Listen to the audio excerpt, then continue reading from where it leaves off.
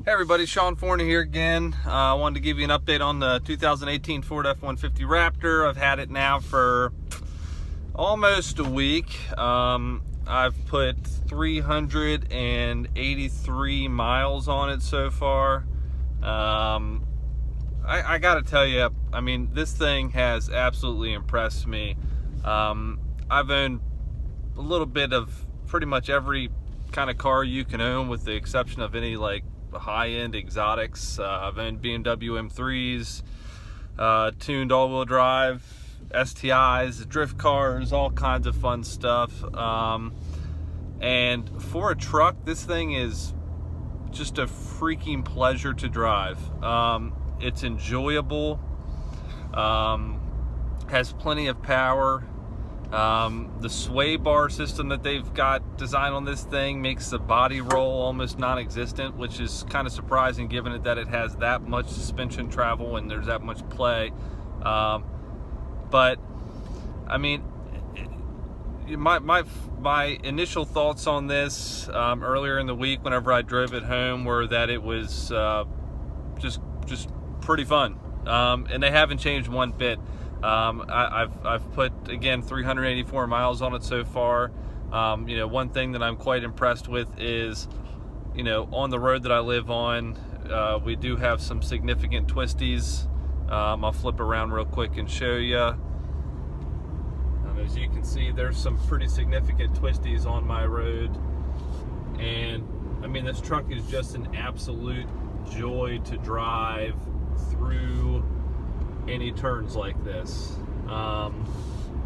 It sticks to the road. I guess the wideness of this F-150 Raptor does make a pretty significant impact, compared to my 2015 F-150 Platinum that I had. I mean, this thing is the bee's knees. It's the cat's pajamas, as far as handling on this road. One thing that I missed on my F250 that it didn't have, that this F150 does have, my F250 did have the lane alert system where it would alert you if you were going out of the lane, but it would not, there was no aid, so it wouldn't take control of the steering wheel and bring it back for you. So it would only just vibrate the steering wheel, give you a little bit of an alert, but that was it. Something I had become used to driving my 2015 F-150 was the aid. I thought it was pretty nice, especially if you were on a long trip. Let's say you're getting a little tired and it would jerk the wheel. So that's something that I'm glad that this truck has, because I kind of become used to it.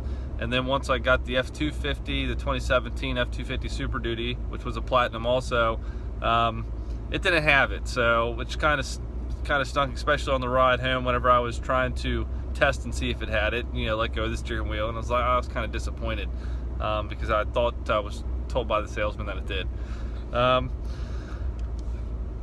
I'm trying to think of anything else. My first week, I haven't really got to drive it anywhere too fun yet. Again, I'm gonna let it break in a little bit before I absolutely romp on this thing.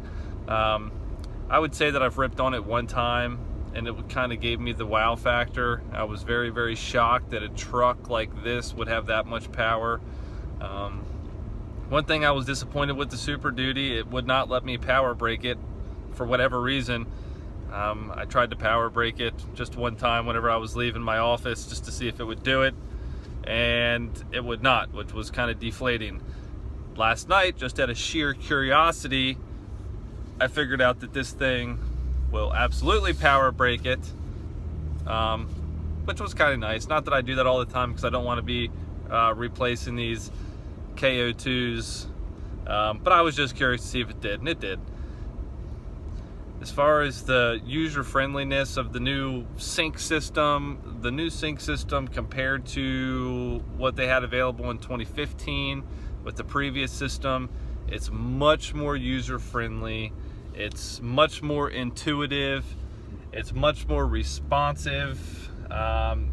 everything is much faster. The way it changes songs, the way it changes to the touch of your fingers, the way it responds to your voice if you're using the voice activation.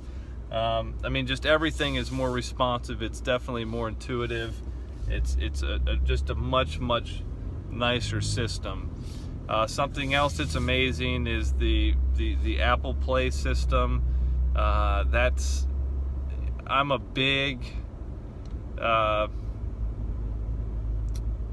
big person to talk about not texting and driving, but yet I still do it. I'm a little bit of a hypocrite. I try not to text and drive. I don't do it with my kids in the car, but when I'm by myself, for some reason, I think it's okay.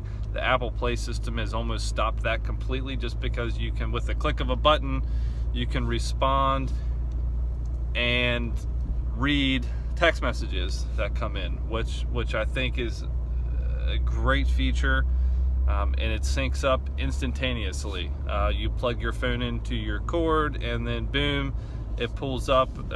Takes you through a couple prompts, a disclaimer, obviously. You click accept and continue, and boom, there it is. There's your phone. You don't even have to sync it to Bluetooth.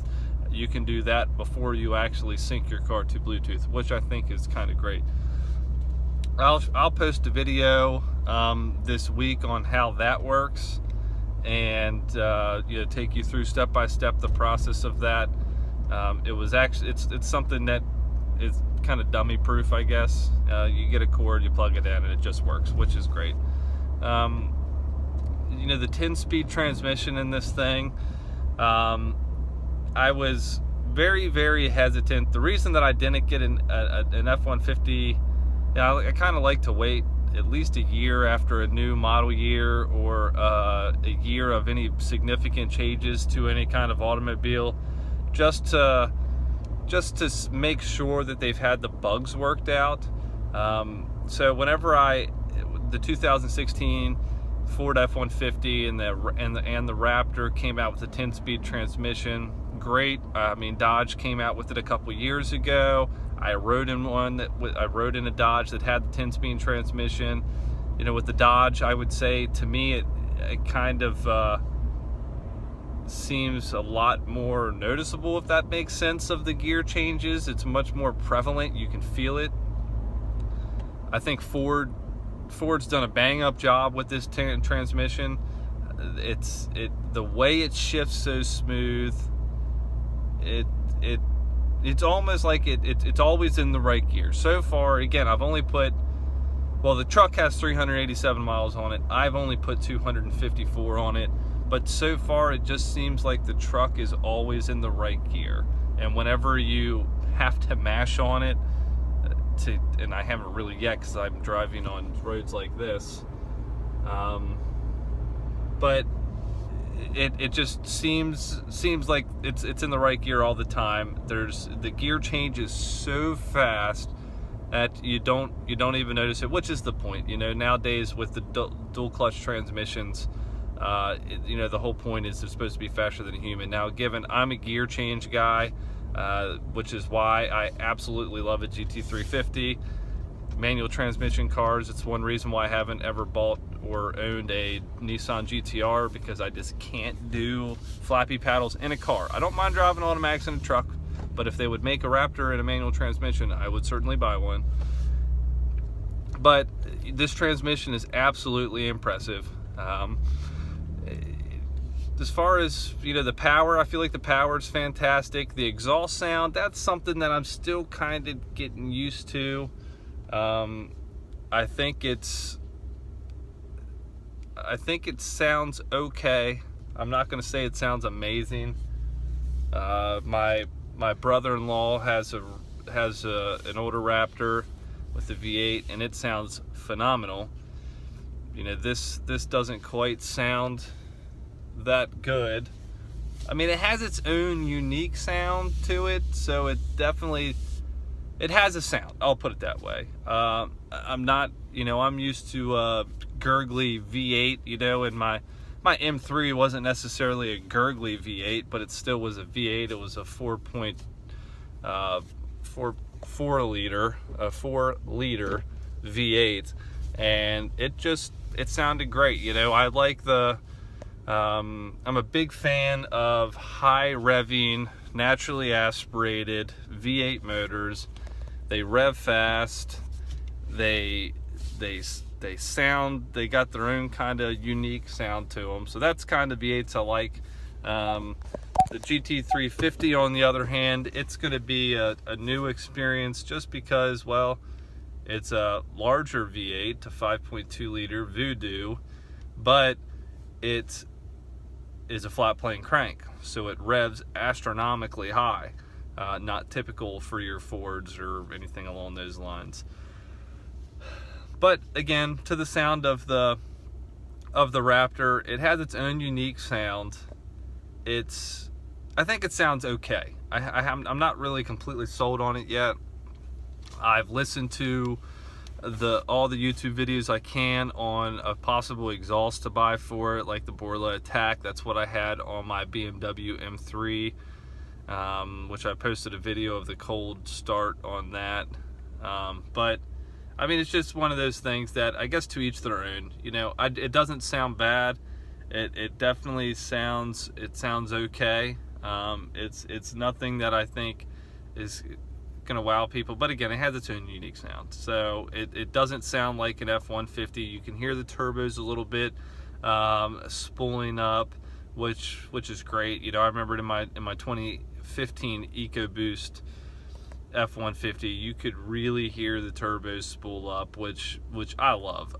You know, besides, if I don't own a naturally aspirated V8, I own a turboed car. And you know, one of my favorite turbo cars ever was the third generation Toyota MR2 turbos, and I've had 4 of those things. You know, they're little, kind of like a Toyota Supra's little redheaded stepchild, and they have the turbo sits right behind, you know, like right back here, because it's mid-engine rear-wheel drive, and that's where the turbo sits. So you put an exhaust on an intake in those things, and you're in heaven if you're a turboed guy driving those. So those things are absolutely fun, and I love them. So I had that car, I guess, I was probably 18 years old. So that's kind of what got me hooked as far as on turboed cars. And then since then, I've had a long list of, I don't know, 85 cars. I'm 31, and I've had like 80 cars since I got my license. Part of the reason I drive like 50,000 miles a week, or have driven, I don't anymore, 50,000 miles a year rather. And so I would get a new car about every year, which is nice. It keeps it fresh. You know, I've had a little bit of everything. But what I'll do later, I'll do a couple more videos on the sync system overall. Once I get some nicer weather outside, and it's not, you know, the wind's not blowing 50 miles an hour, and it's not 43 degrees outside, I'll do a walk around video after I give it a bath of the Leadfoot Gray with the graphics package and the Ford Oblique, which is now standard. It's not an option anymore like it was in 2017. I'll do under the hood, the new B&O sound system in comparison to the Sync Sony system.